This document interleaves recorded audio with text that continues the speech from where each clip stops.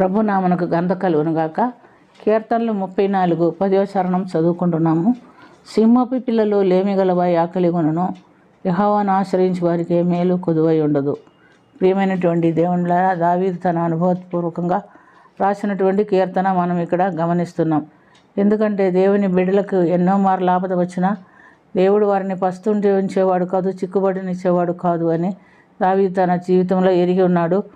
మరి సౌలు రాజుకు భయపడి పారిపోయినప్పుడు గాతువాడైనటువంటి అబీమెలెకు దగ్గరకు వెళ్ళినప్పుడు వారు ఆ ప్రజలు ఆయన్ని గుర్తుపెట్టి ఇతను దావీదు కదా అని గుర్తుపట్టి రాజు దగ్గరికి అతన్ని తీసుకుని వెళ్ళాడు. వెంటనే దావీదు జ్ఞానంతో పిచ్చివాని వలె అక్కడ నటించాడు.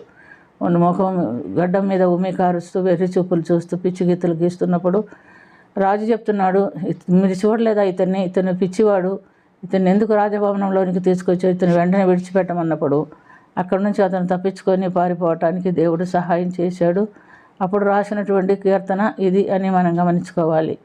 మన ప్రియమైనటువంటి దేవునిలారా, అహాబు రాజు కాలంలో దేవుని ఆజ్ఞ చొప్పున భూమి మీద వర్షం కురవకుండా ఉంటున్నప్పుడు ఆహారం మనకు అందరికీ కరువు వచ్చింది. అయితే దేవుడు ఏలియాని పిలిచి, నువ్వు పోయి దేశంలో ఆహారానికి కరువు ఉంది, నువ్వు పోయి కేరేతు వాగు దగ్గర ఉండు, అక్కడ వాగు నీరు తాగుతూ నేను నీకు ఆహారం పంపిస్తాను, అది భుజిస్తూ కొంతకాలం ఉండమన్నప్పుడు అతను అలాగే దేవుని యొక్క మాట చొప్పున కేరేతు వాగు దగ్గర ఉంటున్నట్టుగా చూస్తున్నాం. అక్కడికి దేవుడు ప్రతి ఉదయము ప్రతి సాయంకాలము కాకోలం చేత ఏలియాకు ఆహారం పంపించాడు. రొట్టె మాంసము ప్రతి ఉదయం సాయంకాలం పంపించాడు. కొంతకాలానికి వర్షం లేకపోవడం వల్ల వాగు నీరు ఎండిపోయాను. అప్పుడు దేవుడు సారేపత్ అనే ఒక ఊరిలో ఒక విధవరాలకి ఆజ్ఞ ఇచ్చినట్టుగా చూస్తున్నాం. అక్కడ పోయి అతడు మిగతా కరువు కాలంలో కూడా ఉన్నాడు. ఆ యొక్క ఏలియా ఆ యొక్క విధవరాలు ఉండటం బట్టి ఆ విధవరాల కుటుంబం కూడా పోషించబడుతున్నట్లుగా మనం చూస్తున్నాం. కాబట్టి ప్రియమైనటువంటి దేవునిలారా, ఒక్క రోజైనను మరి ఏలియా భోజనం లేకుండా ఉండలో దేశంలో అందరూ కరువుతో ఇబ్బంది పడినప్పటికీ ఏలియా కరువుతో ఇబ్బంది పడలేదు అని మనం చూస్తున్నాం.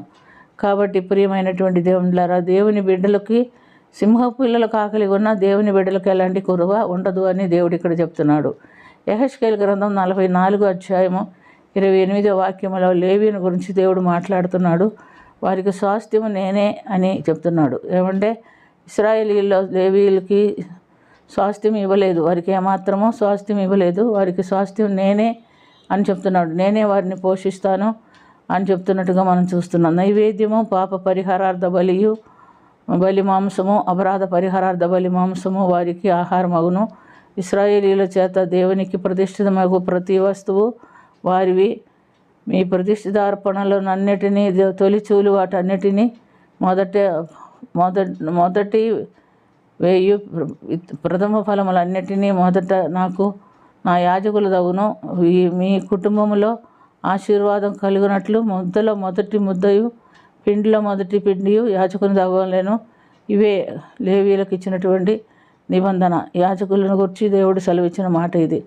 అంటే వారికి స్వాస్థ్యం, ఇశ్రాయేలీల స్వాస్థ్యం లేకపోయినప్పటికీ వారికి ఆహారానికి ఏ కొరత లేకుండా దేవుడు వారిని ఆనాడు పోషించినట్లుగా మనం చూస్తున్నాం.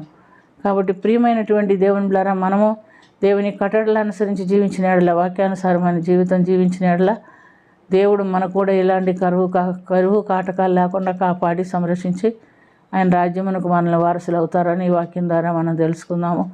కాబట్టి సింహ పిల్లలు ఆకలి కొనినా వాటికైనా ఆకలి కలుగుతుందేమో కానీ నన్ను నమ్ముకున్న బిడ్డలకు ఎలాంటి కొదువ ఉండదు, నన్ను ఆశ్రయించిన వారికి ఏ మేలు కొదువై ఉండదు అని ఖచ్చితంగా చెప్పినటువంటి ఆ వాగ్దానము మనం ముందు ఉంచుకొని మనం ముందుకు సాగుదాం. దేవుడు మనకు సహాయము చేస్తాడు.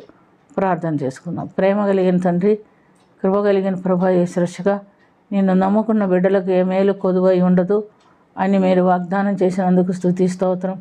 మేము ఏ మేలు కొదువై ఉండకుండా ప్రతి మేలను అనుభవిస్తూ నీ కొరకు ఈ లోకంలో సాక్షులుగా జీవించడానికి మాకును సహాయం చేయమని, దీవించమని, కరుణించమని యేసుక్రీస్తు పుణ్యనామున అది మిక్కిలి వినయంతో అడిగి వేడుకొంచున్నాము తండ్రి. ఆమేన్.